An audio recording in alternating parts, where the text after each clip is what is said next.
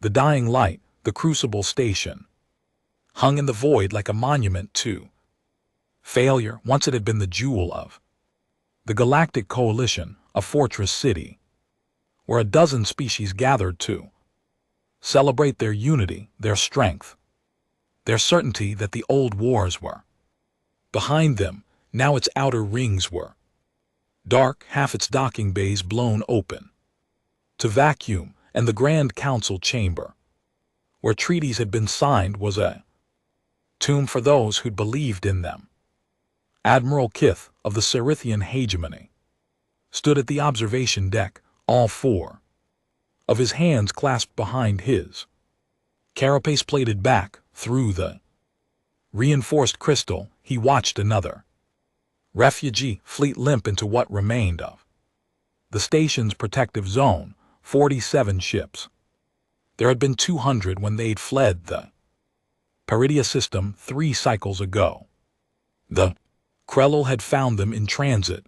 The Voral Defense Fleet is requesting permission to fall back to the inner territories, his aide said quietly, her voice carrying the harmonic undertones of grief that her species couldn't suppress. They've lost 60% of their capital ships. Commander Vessel is asking, tell Vessel that if he abandons the outer reach, 17 colony worlds will be exposed within a solar week. Kith's voice was flat. He'd given this answer so many times it had become a reflex.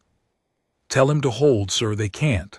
I know. The words hung between them like a confession. They both knew what hold meant now. It meant die slowly instead of quickly. It meant buying time, measured in days, while the Krell Dominion ground forward with the inevitability of entropy itself. Kurth turned from the window. The command center behind him was a shadow of its former glory. Half the stations unmanned, the holographic displays showing nothing but red, losing territory, losing fleets, losing worlds. How long until the council convenes? He asked. They're waiting for you now, Admiral. Of course they were waiting to argue, to blame, to propose strategies that had failed a H100 times before. The Cerithians blamed the Velroni for their conservative tactics. The Veldroni blamed the Kororath for their reckless charges. The Korath blamed everyone for not understanding that honor demanded they face the Krell head-on, ship to ship, warrior to warrior, right up until the Krell's superior numbers and emotionless efficiency tore them apart. Kurth had stopped caring about blame. There was enough to go around, and none of it would matter when the last coalition world went dark. He made his way through corridors that still bore scorch marks from the Krell boarding assault 6 months ago. The station had held barely. Since then they'd all learned what it meant to fight the Krell up close. They didn't take prisoners. They didn't negotiate. They didn't even hate you. They just expanded, consumed, and moved on. The council chamber's doors opened with a pneumatic hiss that sounded too loud in the silence. Inside, the surviving members of the Galactic Coalition Command waited around a circular table that had once seated 30 representatives. Now there were 11. Admiral Kith, Matriarch Selen of the Veldroni, spoke first, her silver skin catching the dim light. We've received your report on the Peridia evacuation. Another difficult loss. Difficult what? A diplomatic word for catastrophe. The Krell are adapting faster than we can respond, Kurth said, taking his position at the table. They've learned to predict our jump coordinates. They're targeting our supply lines before we even establish them, and their production capacity. He gestured to the holographic display that materialized above the table's center. Intelligence suggests they're manufacturing warships at a rate that exceeds our entire remaining industrial output by a factor of 7, then we must sue for peace, said Counselor Rex, the Korath War leader, his tusks clicking together in agitation. Negotiate terms. They don't negotiate, Rex, you know this. Hi. Chancellor Orin of the Aquilan Ascendancy leaned forward, his crystalline features reflecting the red warning lights that dominated the display. We've sent 47 separate diplomatic missions. The Krell respond to each one the same way. They destroy the envoy ship and continue their advance.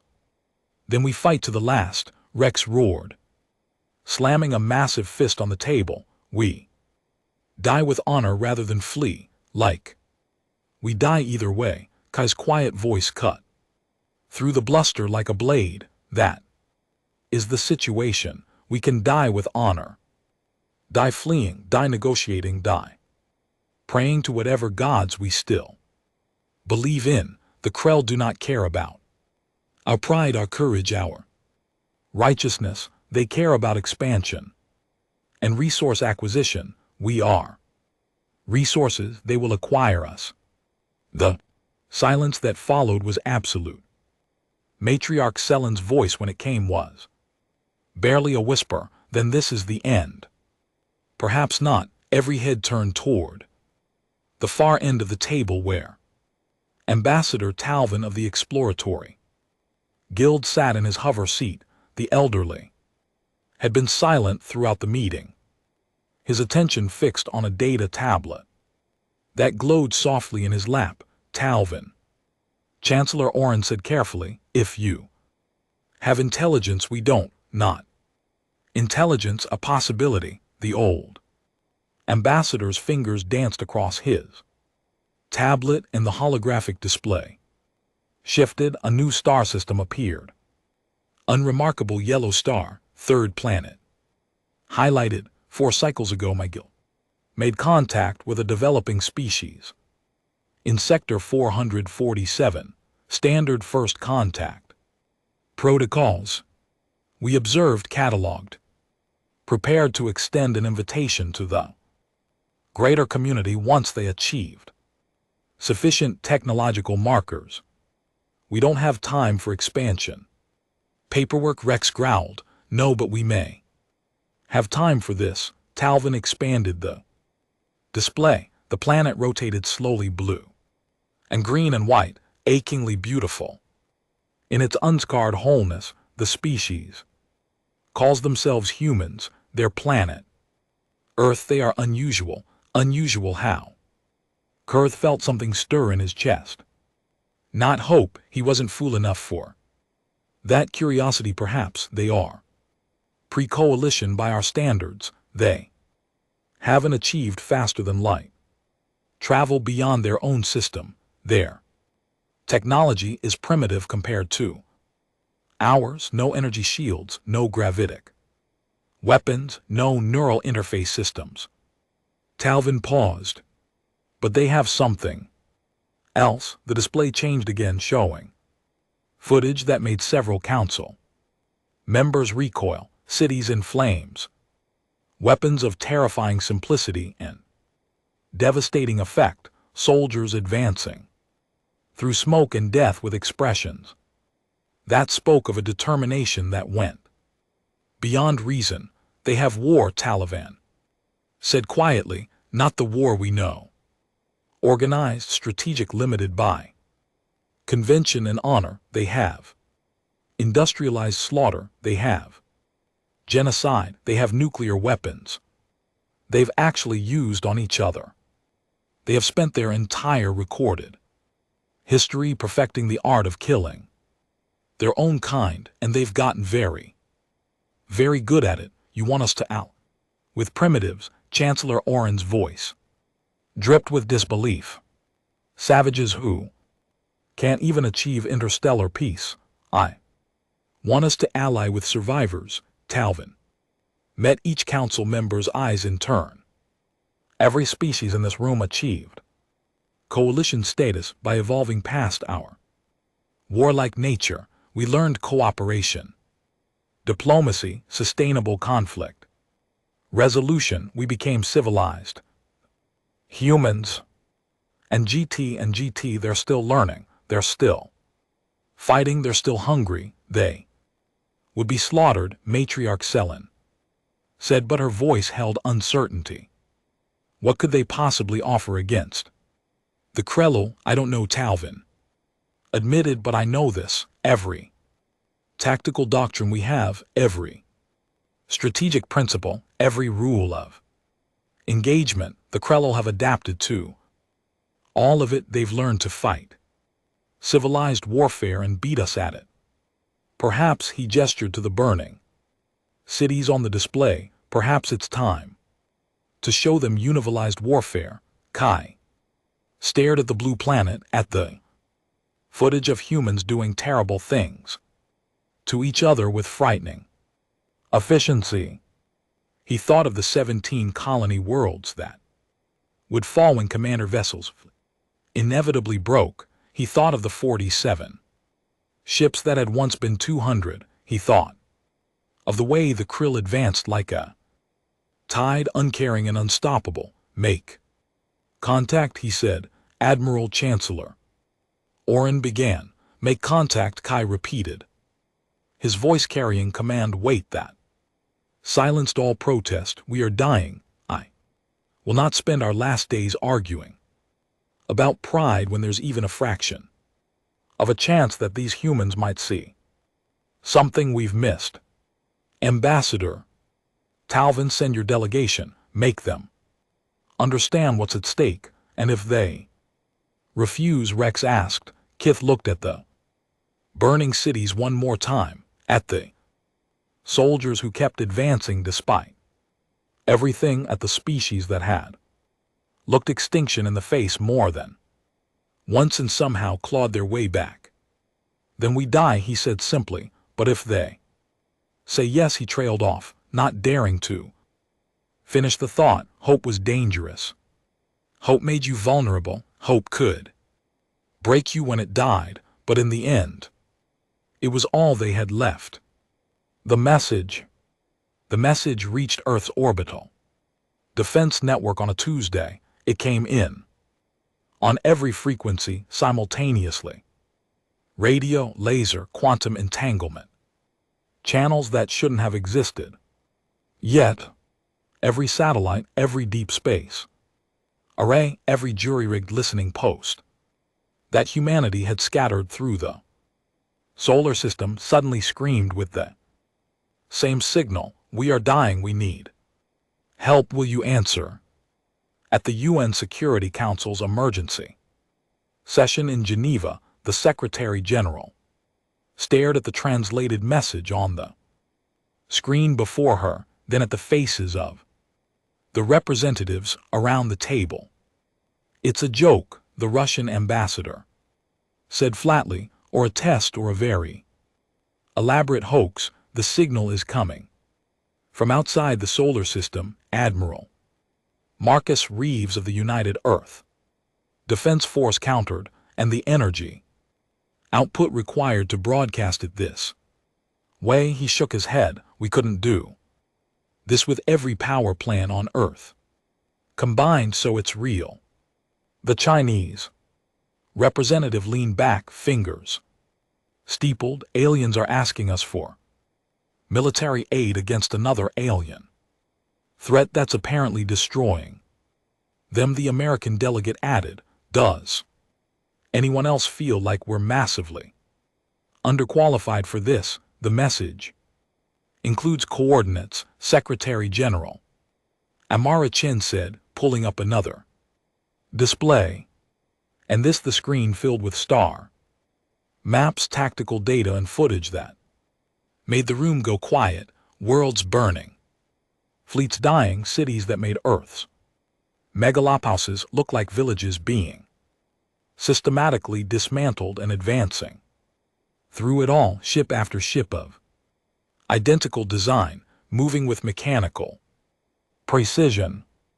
Jesus Christ, someone whispered. They Want us to fight that, the Russian ambassador's skepticism had transformed into horror. With what we have 3 ships capable of operating beyond Mars, and 2 of them are research vessels. They're desperate, Admiral Reeves said. Quietly, his eyes hadn't left the footage of the alien fleets being torn apart. I've seen that look before in Berlin, in Stalingrad, in every last stand humanity's ever fought. They're not asking us because we're strong. They're asking us because they've tried everything else. The translation matrices they sent include a contact protocol. Secretary General Chen continued, they want to send a delegation to Earth to make their case in person. The room erupted in argument. Security concerns, contamination protocols, the very real possibility that this was some kind of trap or invasion pretext. But Chen waited them out, watching the footage loop on the screen. Alien cities dying, alien children, or whatever they're young, were called fleeing, alien soldiers making last stands that looked achingly familiar. We're going to say yes, she said when the room finally quieted. Madame Secretary. Several voices began at once. We're going to say yes, she repeated, her voice carrying the weight of decision that came with her office.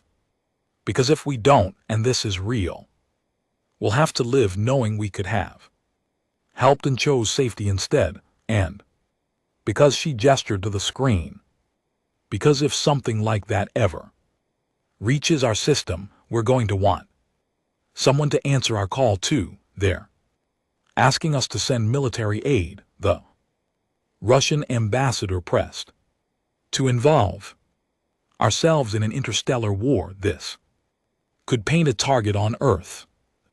Target might already be there. Admiral Reeves pulled up a tactical map. If this Krell Dominion operates the way it appears to, systematic expansion, no negotiation, resource extraction, then Earth's not safe by staying neutral.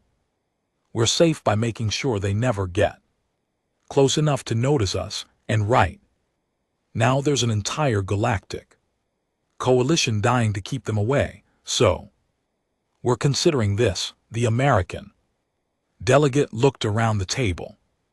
Actually considering sending Earth forces into an alien war. I'm considering meeting with them, Chen said, listening to what they have to offer, what they're asking for, what the real strategic situation is. Then we make a decision. She looked at Admiral Reeves.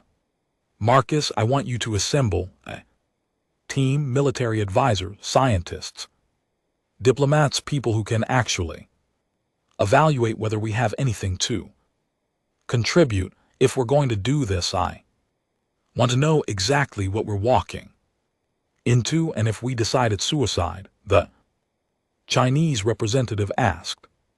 Chen was quiet for a long moment, watching alien worlds burn on the screen. Then we tell them we're sorry, she said finally, and we hope we never have to make that call ourselves.